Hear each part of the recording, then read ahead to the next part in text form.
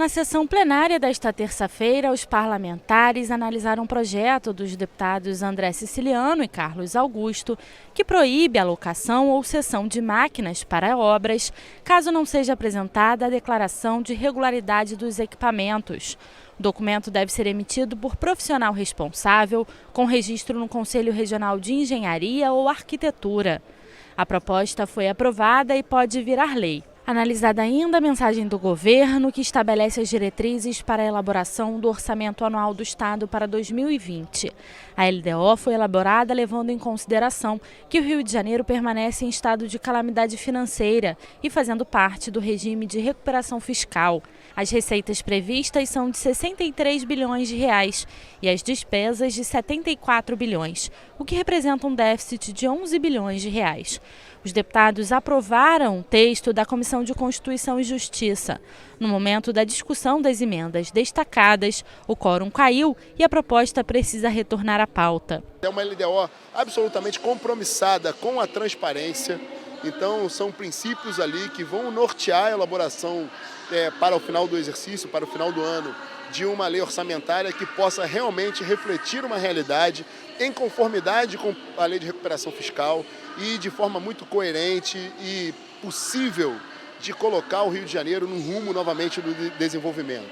Ali estão previstas as aplicações necessárias para que os serviços do Estado funcionem, para que os salários sejam pagos em dia e que o Rio de Janeiro possa, enfim, se reedificar, que é o compromisso desse parlamento e nós, de braços dados com o Executivo e com os demais poderes, o Poder Judiciário também, tenho convicção que todos nós, cientes do nosso compromisso, vamos colocar o Rio de Janeiro no rumo do desenvolvimento novamente. A lei que garante a matrícula de filhos de policiais civis e militares, bombeiros e agentes penitenciários mortos em serviço pode ser alterada.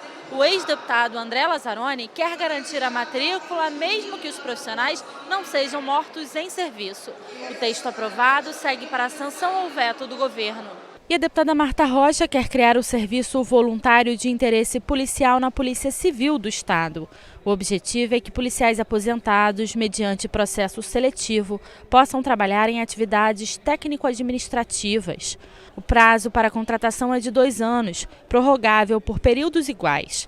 A carga horária será de 40 horas semanais, com ajuda de custo. A proposta foi aprovada. O tempo de serviço garante ao servidor experiência, garante ao servidor tino policial, garante ao servidor capacidade investigativa. Então, desde que não haja o limite da idade, da obrigatoriedade do afastamento que se dá aos 70 anos, eu acho que esse profissional está perfeitamente apto a desenvolver atividades administrativas, a desenvolver atividades que possam contribuir para o bom desempenho da Polícia Civil. Já a deputada enfermeira Rejane e o ex-deputado Paulo Ramos querem que, em caso de transferência de contratos com o poder público de uma organização social para outra, seja garantida a manutenção dos empregos dos funcionários das OSs. A medida vale para a situação de intervenção, rescisão e desqualificação, garantindo a sucessão trabalhista. O projeto recebeu 4 emendas e retornou às comissões. A população fica à mercê por 2 motivos. Primeiro, vamos tratar da questão trabalhista.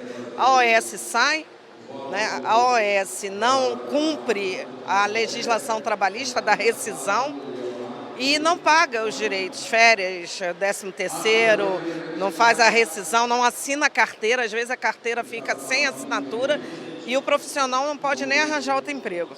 Então, a sucessão serviria para isso, para que ela dê continuidade ao trabalho e depois, quando fosse ser mandada embora, ela teria todo esse tempo calculado. E a outra coisa que também chama muita atenção, é importante que a gente debata sobre ele, é o atendimento à população. Quando a OS sai, a OS simplesmente vira as costas para os trabalhadores e fala assim, vocês estão sem salário. A OS que está entrando, ela não tem como assinar carteira e manter os funcionários se você não tiver um instrumento que faça essa sucessão. Empresas responsáveis pela realização de eventos esportivos e culturais que recebam incentivos fiscais do Estado deverão destinar ingressos para a Secretaria Estadual de Educação na proporção de 10% do valor total do benefício. Os ingressos devem ser utilizados por profissionais de educação e alunos da rede pública. A proposta do deputado Sérgio Fernandes recebeu 12 emendas e retornou às comissões.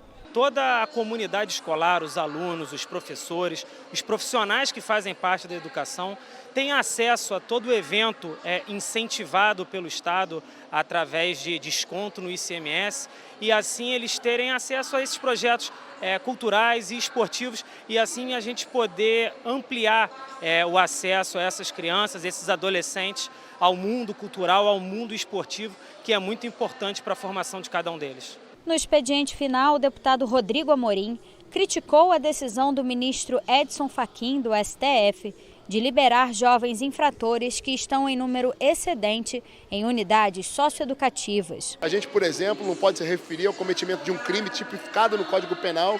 Se for cometido por um menor, ele não é crime, ele é um ato infracional, assim como essas unidades que são, sim, unidades prisionais e devem ser unidades prisionais, na realidade são unidades socioeducativas, com critérios inclusive de ocupação diferenciados dos presídios tradicionais, o que faz com que o Rio de Janeiro tenha 126% de ocupação da sua capacidade instalada. Evidentemente, quando você ultrapassa o limite da capacidade é uma situação grave, sem dúvida nenhuma, mas eu não coloco numa situação crítica, haja vista que o limite estabelecido pela decisão do STF é de 119%. O Rio de Janeiro ultrapassou 126%, muito próximo ao limite estabelecido pelo STF. Eu considero que deveria haver mais parcimônia, na realidade, para soltar, para liberar esses indivíduos, esses criminosos, e que o Rio de Janeiro e o Brasil consigam refutar essa falácia que é o encarceramento. O Brasil não encarcera como deveria, muito pelo contrário. Nós precisamos ter uma política criminal capaz de manter o indivíduo, aquele que delinque, o indivíduo marginal, preso atrás das grades, seja menor, seja maior de idade. A deputada Renata Souza lamentou a declaração do governador Wilson Witzel, que defendeu jogar míssil em favela para combater traficantes. Isso é muito sério, isso é grave, afinal de contas, a gente precisa assegurar a vida dessas pessoas que vivem já numa situação subhumana. É lá que o governador Witzel precisa fazer com que as escolas funcionem, que os postos de saúde funcionem. E na ausência de políticas públicas para a saúde, educação e para a segurança, ele quer jogar um míssil para resolver toda a situação da favela e da periferia.